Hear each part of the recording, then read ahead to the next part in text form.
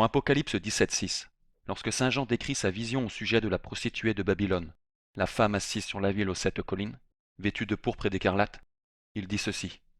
Et en la voyant, je fus saisi d'un grand étonnement. Fin de citation. Le mot en grec utilisé par saint Jean pour exprimer son étonnement vient du verbe thomazo, qui signifie être étonné, s'émerveiller, admirer. Dans le chapitre 13 de l'Apocalypse, lorsque saint Jean décrit la bête montant de la mer ainsi que l'antéchrist, c'est-à-dire la tête ou le roi de la bête qui est blessé et dont l'image est par la suite vénérée, il utilise le même verbe. Et je vis l'une de ses têtes comme blessée à mort, mais sa blessure mortelle fut guérie. Toute la terre était dans l'admiration, thomazo, derrière la bête. Saint Jean utilise le même verbe pour décrire son étonnement pour la prostituée de Babylone et l'admiration du monde entier pour l'antéchrist. L'antéchrist étant la tête ou le roi de la bête qui fut blessé et dont l'image est ensuite vénérée. Y a-t-il une raison? Oui. Saint Jean utilise le même verbe pour décrire son étonnement pour les deux, parce que la bête et la prostituée de Babylone font partie de la même et unique entité. Admirer l'une, c'est admirer l'autre. En effet, immédiatement après que saint Jean soit saisi d'un grand étonnement pour la prostituée de Babylone, dans le verset qui suit juste après, nous lisons ceci. Et l'ange me dit, « Pourquoi t'étonnes-tu? Je te dirai le mystère de la femme et de la bête qui la porte, qui a les 7 têtes et les 10 cornes. » Fin de citation. Apocalypse 17:7. Prenez note, quand l'ange explique le mystère de la prostituée, il explique dans le même temps le mystère de la bête. Une explication identique couvre la femme et la bête à 7 têtes, parce que la bête porte la femme. La femme s'assoit sur la bête. La femme et la bête font partie du même mystère, parce que les deux font partie de la même entité, comme nous l'avons expliqué dans notre vidéo « Le monde arrive-t-il à sa fin ?» et comme ce sera démontré plus loin dans cette vidéo. La signification de tout ceci est que si vous avez identifié la prostituée de Babylone, alors vous avez identifié la bête à 7 têtes, montant de la mer, ainsi que l'antéchrist, la tête de la bête qui est blessée. Vous ne pouvez pas dire que la tromperie de la prostituée de Babylone se réalise en une période et en un lieu défini, mais que la tromperie de l'antéchrist et de la bête montant de la mer surviennent en une période et en un lieu différents. Non, si l'une est ici, alors l'autre se doit d'y être présente, car la prostituée est assise sur la bête. De même, vous ne pouvez pas dire que la prostituée de Babylone est une tromperie religieuse qui surgit à Rome, sans dire aussi que la tromperie de l'antéchrist, ainsi que celle de la bête montant de la mer, est intimement liée avec ce qui se produit à Rome avec la prostituée. Si vous avez identifié la tromperie de l'une, alors vous avez identifié la tromperie de l'autre, aussi bien sa localisation que son époque, parce que la prostituée de Babylone est assise sur la bête montant de la mer. Alors, qu'est-ce que la prostituée de Babylone? Ce n'est pas l'Église catholique, comme le disent à tort les protestants.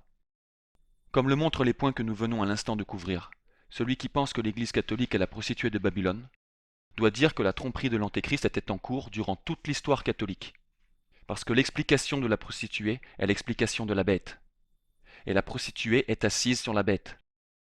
Mais c'est faux, bien sûr. La prostituée de Babylone n'est pas l'Église catholique. L'Église catholique est l'unique et vraie Église fondée par Jésus-Christ. En revanche, la prostituée de Babylone est l'Église catholique contrefaite de la fin des temps, comme le montre en détail notre vidéo « Le monde arrive-t-il à sa fin ?» La prostituée de Babylone est la fausse épouse, la contre-église qui surgit dans les derniers jours. Alors que la cité aux 7 collines, la cité de Rome, et non pas l'Église catholique en elle-même, est envahie, prise par des antipapes et tombe dans l'apostasie de la vraie foi catholique. Comme le prophétisa Notre-Dame de la Salette le 19 septembre 1846, Rome perdra la foi et deviendra le siège de l'Antéchrist. L'Église sera éclipsée. Ainsi la prostituée est revêtue des couleurs de l'épouse, mais elle n'est pas l'épouse. La prostituée de Babylone est la secte Vatican II, qui occupe présentement Rome et qui conduit les gens dans l'apostasie de la foi catholique. L'apostasie et la fornication spirituelle de la prostituée ont conduit presque tout le monde à l'égarement. Cette prostituée a en effet réduit la véritable Église catholique à un reste de fidèles dans les derniers jours, tout comme le prophétisa Jésus à propos de la fin des temps dans Luc 18:8. Actuellement, la prostituée de Babylone, la contre-église installée à Rome, est assise sur la bête montant de la mer, parce que la bête montant de la mer est une nouvelle version de l'Empire romain paganisé. Cette nouvelle version de l'Empire romain paganisé se manifeste politiquement à travers l'Union européenne et se manifeste spirituellement ou religieusement à travers la secte Vatican II. L'apostasie par Rome de la foi catholique permise et conduite par les rois de la cité-État du Vatican à Rome, a été le facteur principal expliquant pourquoi cette nouvelle version de l'Empire romain paganisé ait été capable de prendre forme en Europe. Rome est donc la capitale spirituelle de la bête montant de la mer. Ce qui s'est passé à Rome donne la raison de la formation de la bête montant de la mer. Voilà pourquoi la prostituée est assise sur la bête, et que l'explication de la prostituée fait partie de l'explication de la bête. Le fait que la prophétie de Saint Jean concerne la formation dans les derniers jours de la nouvelle version de l'Empire romain paganisé, en conséquence de l'apostasie du Christ par l'Europe, c'est précisément la raison pour laquelle la description de la femme assise sur la bête, faite par Saint Jean, s'imbrique parfaitement avec l'image de la femme Europe dans la mythologie grecque. La prophétie de Saint Jean concerne Europe dans les derniers jours, dans ses dimensions politico-religieuses. Le fait que la bête de la fin des temps, montant de la mer, décrite dans les chapitres 13 et 17 de l'Apocalypse, soit une nouvelle version de l'Empire romain paganisé, c'est précisément la raison pour laquelle l'Apocalypse 17:8 dit que la bête montant de la mer est une bête qui était et n'est plus. Dans les Écritures, les bêtes montant de la mer sont des empires qui surgissent sur la mer Méditerranée. Nous le savons de par les prophéties de Daniel. L'Empire romain paganisé était la bête sur la mer à l'époque de Saint Jean. C'est la bête qui était, celle qui persécutait les fidèles. Elle poussa beaucoup d'entre eux à renier la foi, embrasser l'idolâtrie et adorer de faux dieux. Cela dit, l'Empire romain paganisé fut remplacé par l'Europe chrétienne. Dès lors, la bête qui était cessa d'être. Ça signifie qu'avant que ne surgisse la bête apocalyptique, montant de la mer, l'Empire romain paganisé, la bête qui était, n'est plus. Parce que l'Europe chrétienne l'avait remplacée.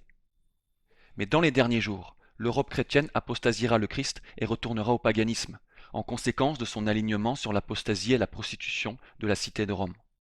Ceci résultera dans la résurgence d'un nouvel empire romain paganisé en Europe, sur la mer Méditerranée. La bête qui était et qui n'est plus doit revenir. Voilà en quoi consiste la prophétie de Saint Jean dans les chapitres 13 et 17 de l'Apocalypse. Elle s'est d'ailleurs accomplie sous nos yeux, comme nous le verrons incessamment. Cette vidéo ne couvrira pas les différentes facettes de la femme Europe, tant politique que religieuse, remplissant les diverses prophéties au sujet de la bête montant de la mer, ainsi que la prostituée de Babylone assise dessus. Pour tous les détails, regardez notre vidéo Le monde arrive-t-il à sa fin. La vidéo que vous êtes en train de regarder se concentre sur ce qui pourrait être la caractéristique unique et de haute importance, montrant que la femme Europe représente la nouvelle version de l'Empire romain paganisé et remplit les prophéties dans l'Apocalypse au sujet de la bête. Nous nous concentrerons sur l'imposition de l'idolâtrie et du culte de faux dieux par la bête. Quand ces faits seront traités, gardez en tête que du point de vue de la foi, la facette la plus importante de l'Empire romain paganisé, la bête qui était, fut son imposition de cérémonies d'où l'on intimait à des catholiques, souvent menacés de châtiment, de rendre culte à de faux dieux et de renier le premier commandement de Dieu. Évidemment, plusieurs d'entre eux rejetèrent comme il se doit les exigences de l'Empire. Ceux-ci gardèrent la vraie foi du Christ en dépit des conséquences. Néanmoins, une multitude de gens abandonnèrent et acceptèrent l'idolâtrie et le culte des fausses divinités de Rome. Ce faisant, ils renièrent le premier commandement et apostasièrent la foi du Christ. Gardez en tête que l'imposition de l'idolâtrie par l'Empire était souvent entremêlée avec l'exigence d'honorer le roi romain et son image. C'était une caractéristique clé de la bête qui était. Et bien que les empereurs romains fussent à proprement parler des empereurs plutôt que des rois, ce furent en réalité des rois. Voyez par exemple Jean 19,15, où Tibère César, l'empereur romain de l'époque, est référé comme un roi. C'est ici que nous lisons que les personnes qui avaient demandé la crucifixion du Christ s'étaient exclamées « Nous n'avons pas d'autre roi que César ».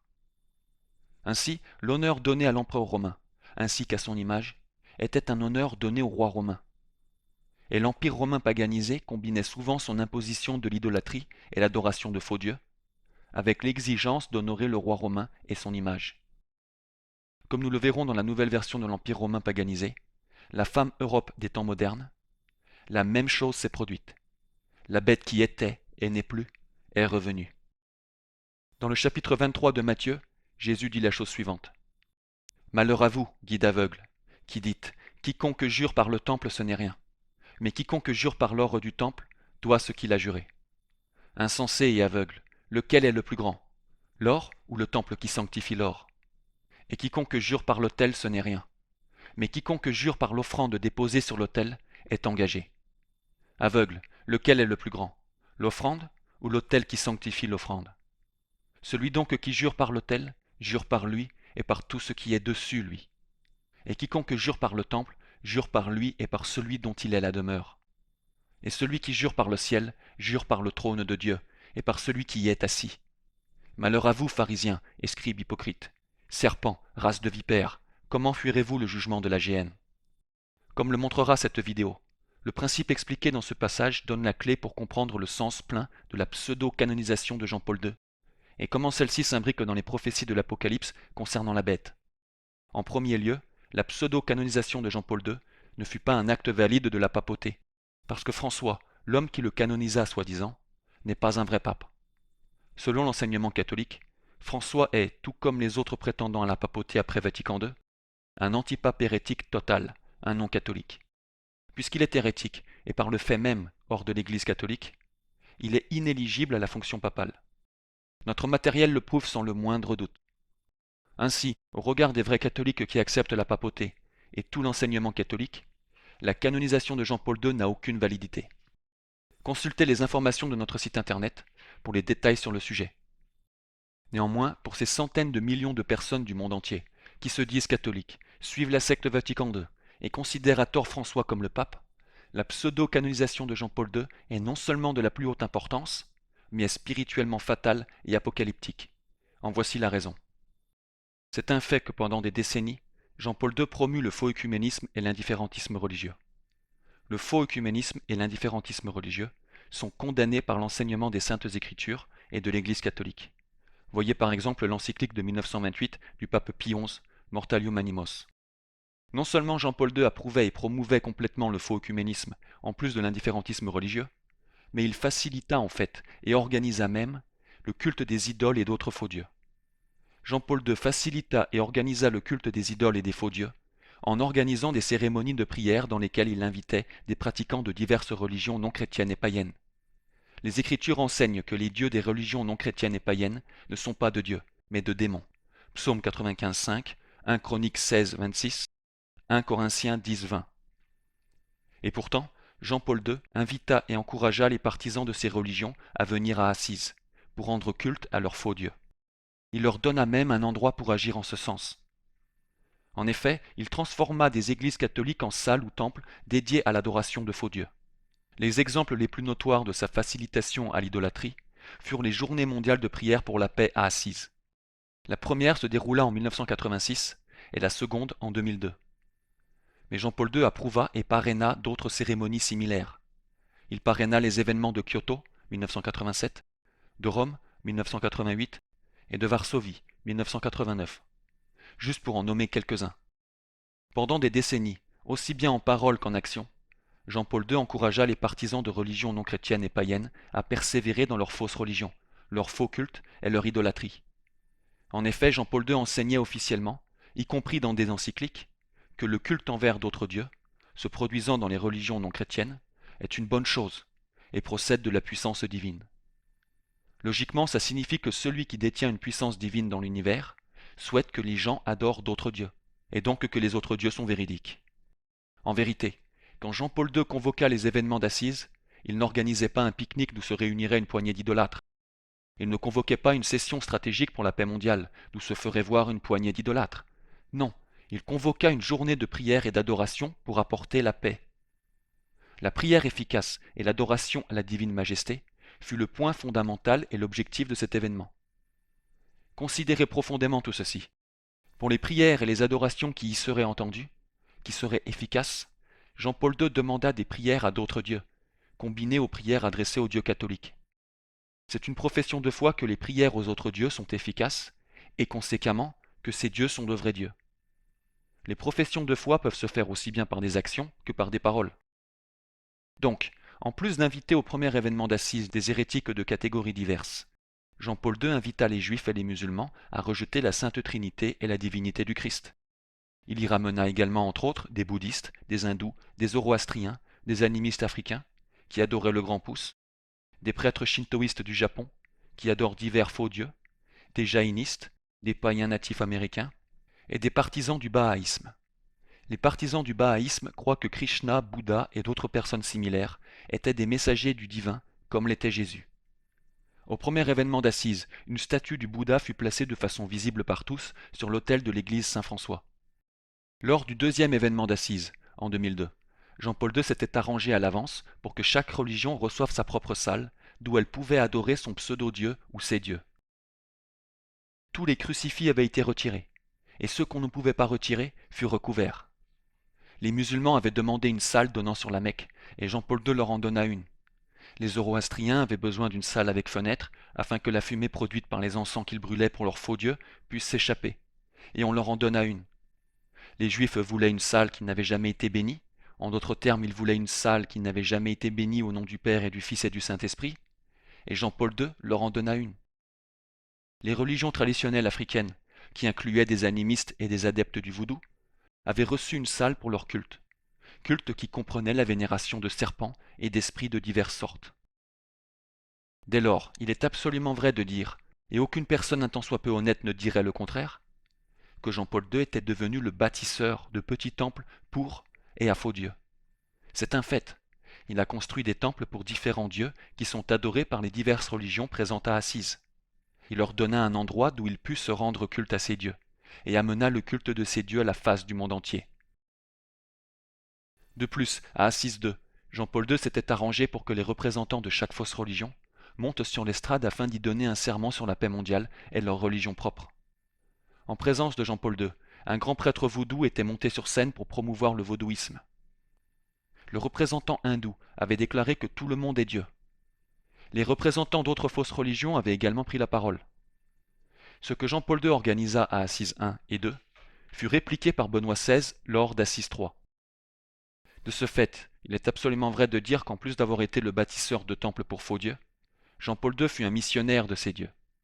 Il fut missionnaire de ces dieux parce qu'il donna une plateforme mondiale sur laquelle les partisans et adorateurs de ces dieux pouvaient apporter au monde entier le message et le culte de ces faux dieux, avec une publicité et une reconnaissance qu'ils n'auraient sinon jamais eue.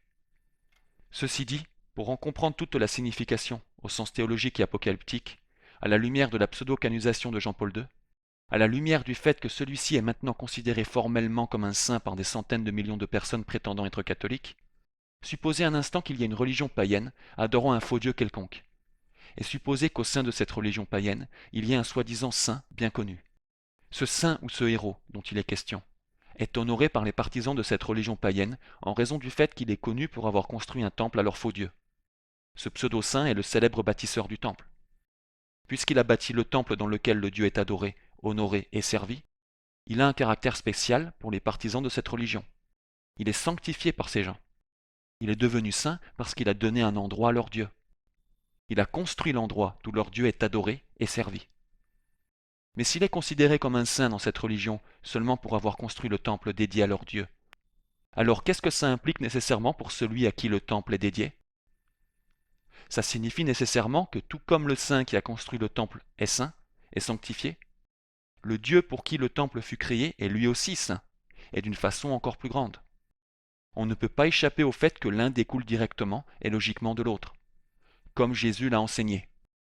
Lequel est le plus grand, l'offrande ou l'autel qui sanctifie l'offrande? Celui donc qui jure par l'autel, jure par lui et par tout ce qui est dessus lui. Et quiconque jure par le temple, jure par lui et par celui dont il est la demeure. Malheur à vous, pharisiens et scribes hypocrites. Fin de citation. Si celui qui a construit le temple est un saint, c'est seulement parce que le temple qu'il a construit est saint. C'est parfaitement logique. Et si le temple est saint, c'est uniquement parce que celui pour qui le temple a été construit est encore plus saint. Ainsi, si le constructeur du temple est un saint, c'est seulement parce que le Dieu adoré dans le temple est un vrai Dieu, ayant le pouvoir de sanctifier ou faire des saints chez ceux qui le servent ou l'adorent. Vous voyez la signification de tout ceci? Cela veut dire nécessairement que tout individu dans le monde entier qui accepte Jean-Paul II comme un saint et connaît un minimum de choses sur sa vie, adore de faux dieux. On ne peut pas contourner la chose. Ces gens considèrent des faux dieux comme véridiques et saints, possédant la puissance de sanctifier ou de faire des saints chez ceux qui les servent. Ils considèrent également comme saints des temples païens d'où sont adorés de faux dieux. Il n'y a pas moyen d'échapper à cette conclusion. Elle découle directement de 1. La reconnaissance de Jean-Paul II comme Sanctus, et 2. Le fait indiscutable que celui-ci a bâti des temples pour l'adoration de faux dieux et a servi de faux dieux. Certains pourraient chercher réfutation, en disant ne pas approuver les activités de Jean-Paul II à Assise et avec les autres religions, qu'il dénonce ces choses et n'accepte Jean-Paul II comme saint que pour d'autres choses qu'il aurait faites. Ces personnes diraient ne pas croire qu'il a été sanctifié ou rendu saint quand celui-ci servait d'autres dieux, ou quand il avait construit leur temple, ou quand il présenta au monde entier leur culte, ou quand il demanda que ces dieux soient adorés à Assise, ou quand il enseigna que leurs religions sont le produit de l'œuvre divine. Ces réfuteurs diraient plutôt que Jean-Paul II a été sanctifié quand il adorait le vrai Dieu de l'Église catholique. Mais cette réponse s'écroule lamentablement. Ceux qui sortiraient un tel argument seraient toujours impliqués dans l'idolâtrie et renieraient le premier commandement de Dieu. Car dans ce cas, ces individus déclarent que l'adoration véritable et sanctifiante du seul vrai Dieu, le genre d'adoration dont l'on a besoin pour devenir saint, n'exclut pas nécessairement le service rendu à d'autres dieux ou la construction de leur temple. Mais le tout premier commandement du seul vrai Dieu, le voici. Tu n'auras pas d'autre Dieu que moi, tu n'auras point de Dieu étranger devant moi, n'adore point de Dieu étranger. Le Seigneur, son nom, est jaloux. Exode, chapitres 20 et 34. Le premier commandement du seul vrai Dieu nous dit que l'adoration sanctifiante à son égard, le genre d'adoration nécessaire pour devenir saint, exclut nécessairement, en tant que condition première et principale, le service d'autres dieux ainsi que la construction de leur temple, etc. Par conséquent, celui qui professe que Jean-Paul II est un saint, professe une croyance en un soi-disant Dieu qui n'exclut pas le service à d'autres dieux comme une exigence à la sanctification. Et ce n'est pas le vrai Dieu. La position de ces réfuteurs est donc idolâtre. Ils professent croire en un faux Dieu parce que le seul vrai Dieu s'est identifié lui-même comme celui qui exclut en premier lieu le service à d'autres dieux comme sa condition pour la sanctification. Ainsi reconnaître formellement Jean-Paul II comme saint, ou l'appeler saint entre guillemets, tel que le fait actuellement le monde entier suivant la secte Vatican II, c'est professer que les faux dieux ont le pouvoir de sanctifier ceux qui les servent ou que le vrai Dieu n'exclut pas le fait de servir d'autres dieux. On ne peut pas contourner la chose. Et pour cause, une telle position est idolâtre. Voilà pourquoi l'honneur donné à l'image de Jean-Paul II est prophétisé dans le chapitre 13 de l'Apocalypse. La vénération de l'image du roi, la vénération de l'image du roi romain ou tête de la bête qui est blessé, se rétablit et trompe le monde. Comme le traite en détail notre vidéo Le monde arrive-t-il à sa fin.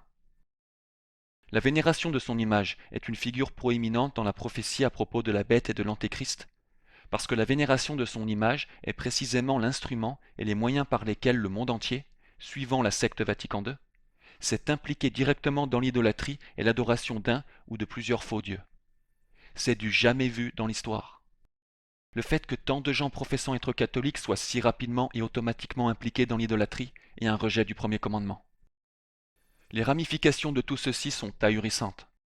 Voilà pourquoi depuis tant d'années, nous avons souligné que les gens ne doivent pas accepter les antipapes Vatican II comme de vrais papes, et pourquoi nous avons prouvé par A plus B que ce ne sont pas de vrais papes. En effet, de multiples manières, notre travail démontre que les prétendants à la papauté post-Vatican II ne sont pas des papes valides. Un fait qui devrait sembler évident à la lumière des activités de l'antipape François, compte tenu de la période où nous nous trouvons. Ceux qui considèrent toujours à tort la secte Vatican II comme étant l'Église catholique, et ses chefs comme étant de vrais papes, sont dans une position spirituellement fatale. Il leur est exigé de vénérer Jean-Paul II comme un saint, ce qui revient à renier le premier commandement et à adorer un faux Dieu. En effet, c'est précisément à travers la vénération donnée à Jean-Paul II et à son image que le diable s'est trouvé en mesure d'attraper beaucoup de soi-disant conservateurs, qui sinon n'auraient jamais participé à un événement comme Assise, ni embrassé le Coran ou accepté l'idolâtrie. En vénérant Jean-Paul II comme saint, ce qui est maintenant requis sous peine de péché mortel pour les partisans de la secte Vatican II, ces faux conservateurs sont impliqués dans Assise, embrassent le Coran, etc. Qu'ils aiment ou non ce fait.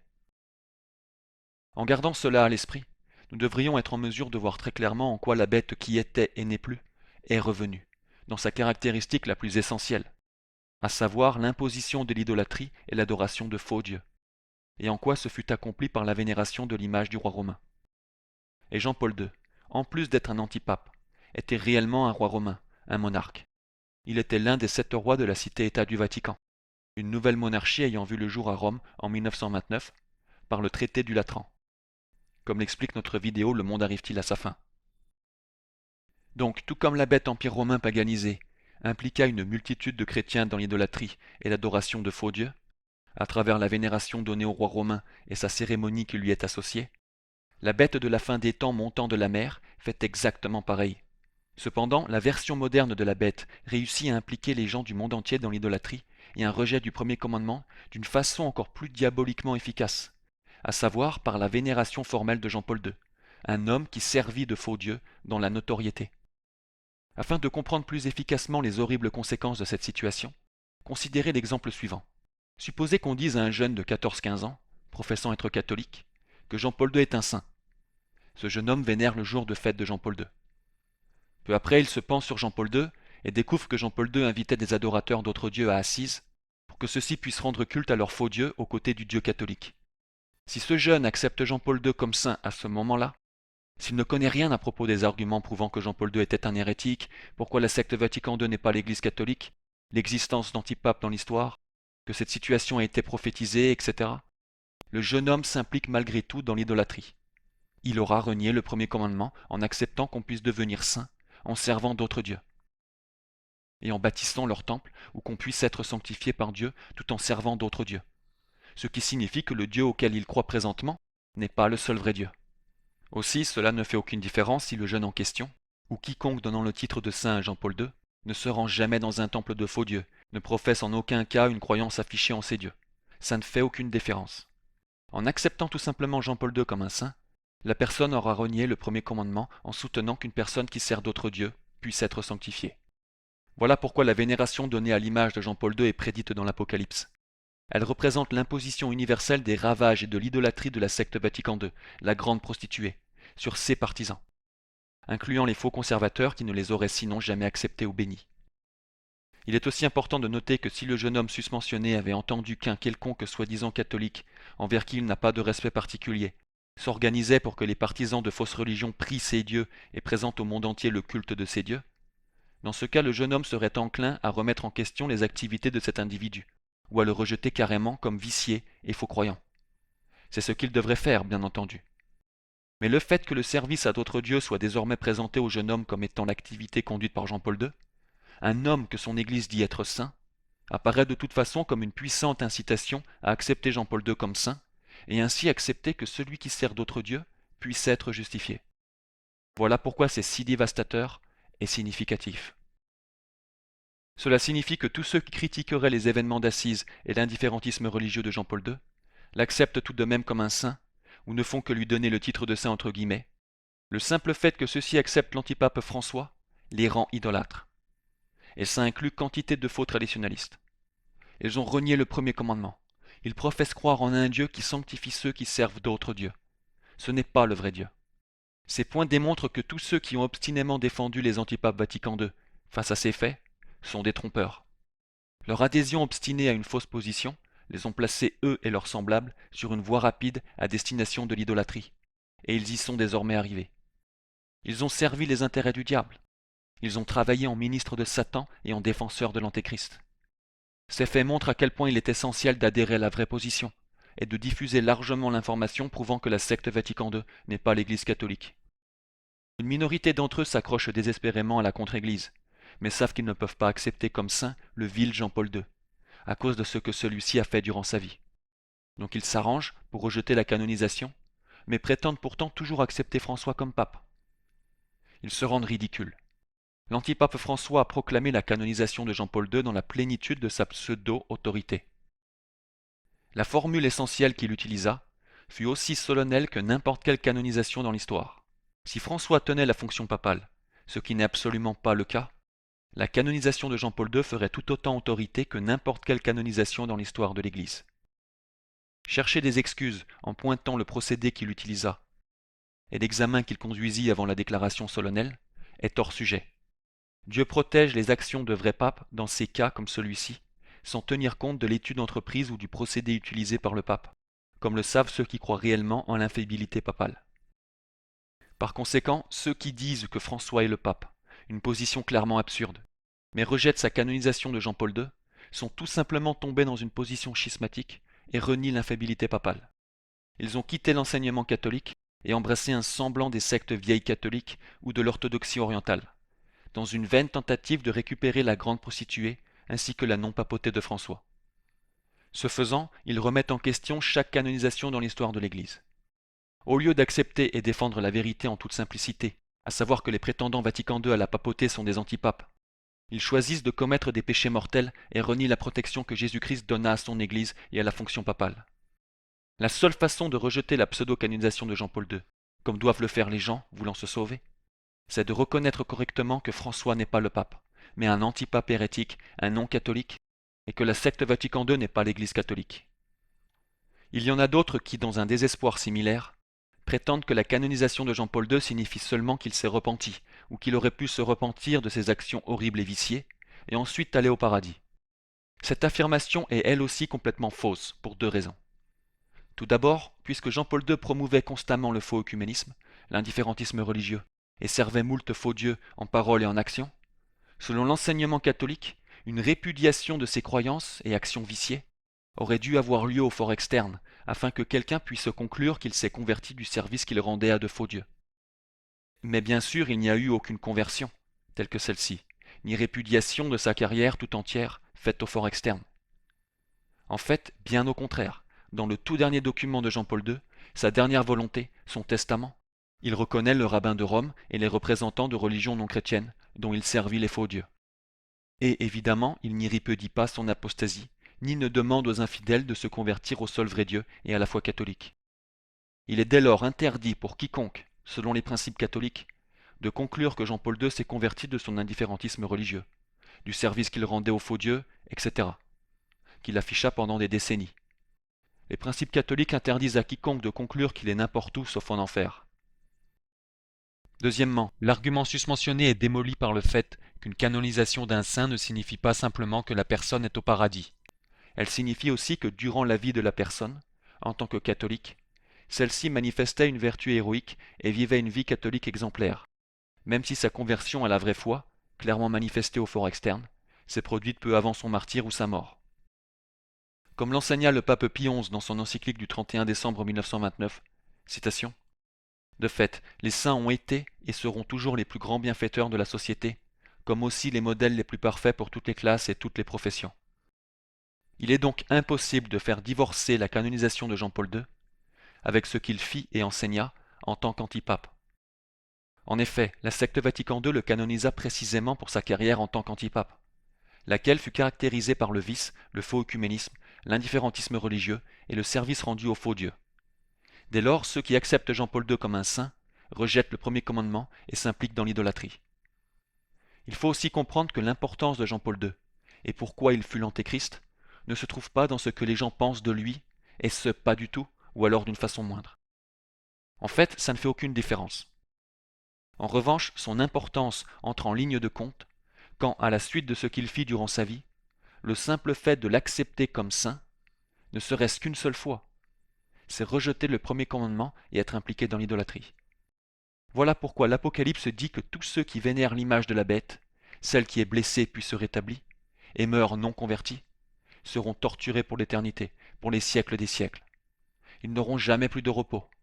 C'est l'Apocalypse qui le dit. Et c'est parfaitement logique, car ils auront alors professé une croyance en un Dieu qui sanctifierait ceux qui servent de faux dieux, et ceci n'est pas le vrai Dieu.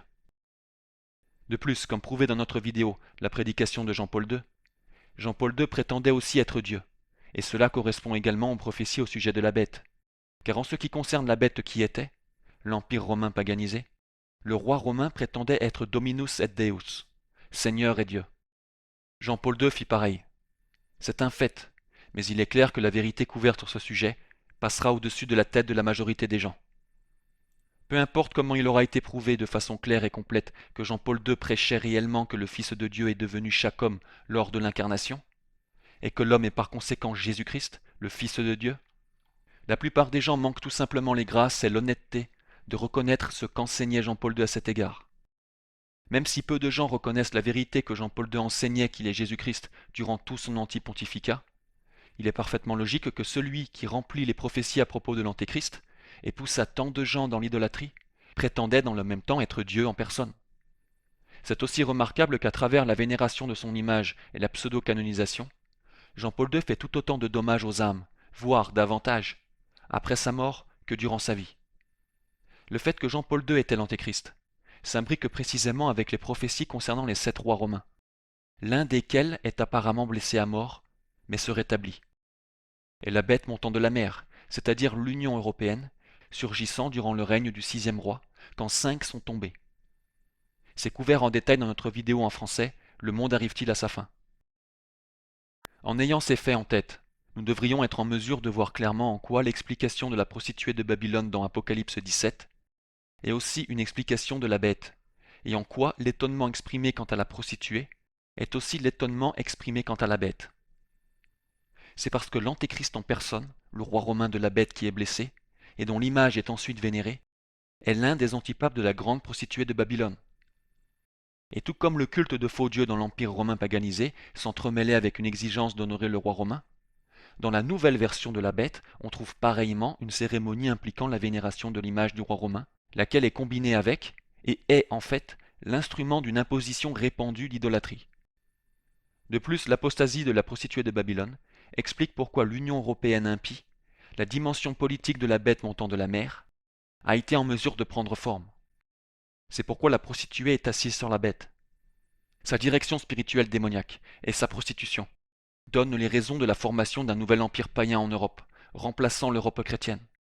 Donc, quand nous regardons le véritable accomplissement de la prophétie concernant la bête qui était et n'est plus, ainsi que la prostituée romaine qui s'assoit dessus, on peut voir très clairement en quoi l'explication de l'ange sur l'une expliquait l'autre, et en quoi l'étonnement exprimé pour l'une était le même étonnement exprimé pour l'autre. Aussi, les parallèles entre la bête qui était, l'Empire romain paganisé, et sa nouvelle version, l'Europe des temps modernes, devient encore plus intéressant. Dans la bête qui était, l'Empire romain paganisé, les autorités n'imposaient pas seulement l'adoration de faux dieux et l'image du roi romain. Ils exigeaient aussi que les gens rendent les honneurs à quantité de rois romains païens décédés. Et dans l'Europe des temps modernes, la bête montant de la mer, la même chose est en train d'arriver. La prostituée de Babylone est allée jusqu'à vénérer officiellement les images des divers antipapes de la secte Vatican II. Ces hommes qui, comme Jean-Paul II, embrassaient aussi le paganisme, endossaient des mots de diverses sortes et servaient de faux dieux. Ce furent les rois romains de la cité-État du Vatican les plus responsables de la formation de la secte Vatican II, la transformation de l'Europe et le retour de l'Europe au paganisme. Voilà pourquoi l'antipape Jean XXIII, le vil hérétique doublé d'un franc-maçon, convoqua le second concile du Vatican, fut lui aussi soi-disant canonisé avec une imposition de la vénération de son image. C'est pourquoi l'antipape Paul VI, un hérétique total des plus démoniaques, qui promulgua la nouvelle messe, confirma les enseignements maléfiques de Vatican II et tenta de retirer le plus possible du monde entier la messe catholique, est lui aussi soi-disant béatifié. La nouvelle version de l'Empire romain paganisé est à l'œuvre juste sous nos yeux. D'où les rois romains décédés, les antipapes les plus responsables de la repaganisation de l'Europe, reçoivent les honneurs parmi les faux dieux. La bête qui était et n'est plus est revenue. Le diable veut que les images de ces divers antipapes soient honorées, pas seulement Jean-Paul II, parce que tous illustraient la vilainie, le vice. Ils embrassaient tous l'hérésie et les fausses religions. Ils servaient tous de faux dieux. En honorant n'importe lequel d'entre eux comme sanctifié ou béni, on professe que la sanctification vient par la vilainie. Néanmoins, l'image de Jean-Paul II, l'image de celui qui fut blessé et prétendait être Jésus-Christ, est la plus importante. Elle est pointée du doigt dans l'Apocalypse parce que Jean-Paul II, de façon hautement notoire, servait de faux dieux et bâtissait des temples pour l'adoration, et conséquemment la vénération de son image constitue le lien le plus immédiat et direct vers l'idolâtrie donnée aux masses.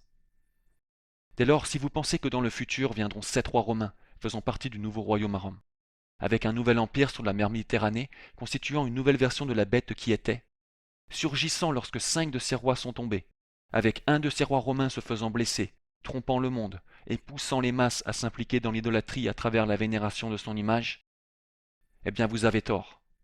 Ça ne se produira pas dans le futur. C'est déjà arrivé, et nous sommes actuellement dans la phase finale.